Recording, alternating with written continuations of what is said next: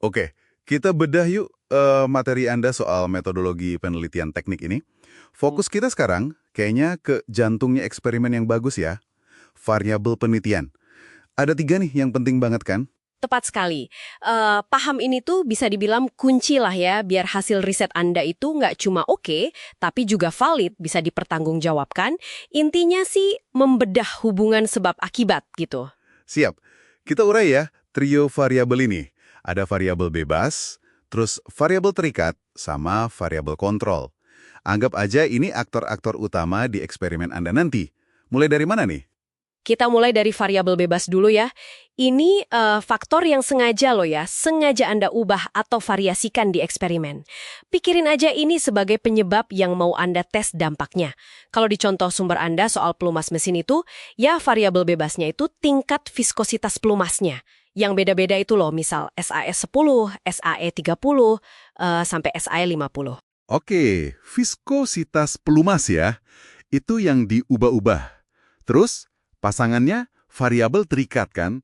Ini berarti akibatnya ya, hasil yang kita ukur gitu ya, buat lihat efek si variabel bebas tadi. Kalau di studi pelumas tadi berarti tingkat keausan komponen mesinnya. Sumber Anda nyebutin nggak, ngukurnya gimana tuh? Apa dimensi komponennya berkurang atau beratnya hilang? Bisa dua-duanya.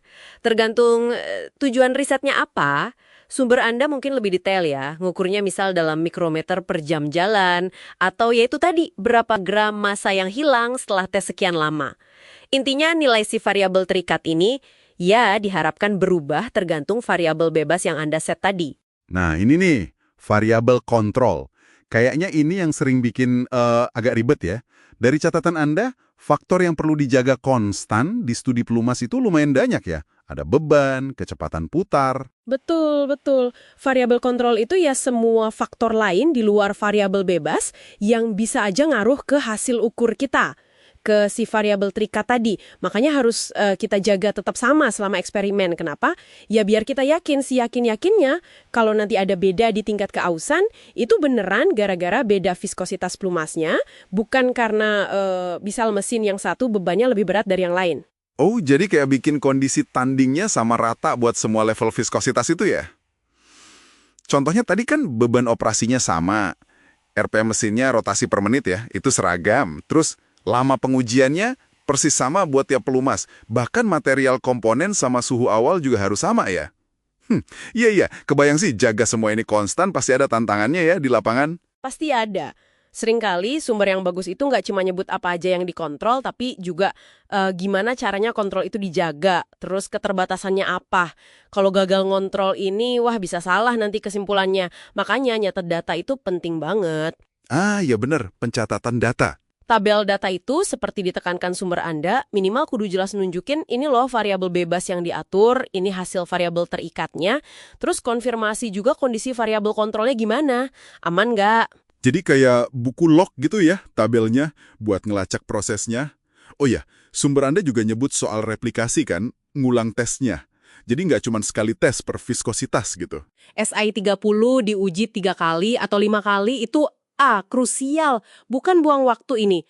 Tujuannya buat mastiin hasil yang Anda dapat itu ya konsisten, bukan karena kebetulan aja atau ada error aneh pas itu doang. Biasanya, nilai rata-rata dari replikasi inilah yang dipakai buat analisis. Oke. Jadi, ngontrol variabel sama replikasi itu ibarat pondasinya lah ya. Biar klaim kita nanti kuat. Tanpa itu, ya goyang argumennya. Tepat. Jadi intinya buat Anda nih, paham betul dan bisa memanage ketiga jenis variabel ini, bebas yang diutak-atik, terikat yang diukur hasilnya, dan kontrol yang dijaga biar nggak berubah, itu ya esensi dari desain eksperimen teknik yang bagus dan kredibel. Ini yang misahin antara ya sekedar ngamat-ngamatin aja sama nemuin sesuatu yang beneran ilmiah. Ya ini ngasih kerangka pikir yang jelas banget sih buat ngevaluasi atau pas kita mau ngerancang studi sendiri. Tanpa kontrol yang rapi, kita nggak bisa yakin sebab ketemu akibat yang beneran. Nah, sebagai penutup nih, coba Anda pikirin deh, selain variabel-variabel yang udah jelas-jelas Anda kontrol itu, kira-kira ada nggak ya variabel siluman gitu, faktor tersembunyi yang mungkin nggak kepikiran, tapi sebenarnya ikut ngaruh ke hubungan antara variabel bebas dan terikat Anda. Mungkin sumber-sumber Anda ada kasih petunjuk soal ini. Gimana ya caranya biar kita bisa deteksi atau paling nggak memperhitungkan potensi pengaruh faktor tak terduga kayak gitu? Nah, ini bisa jadi langkah selanjutnya buat pemahaman yang lebih dalam lagi.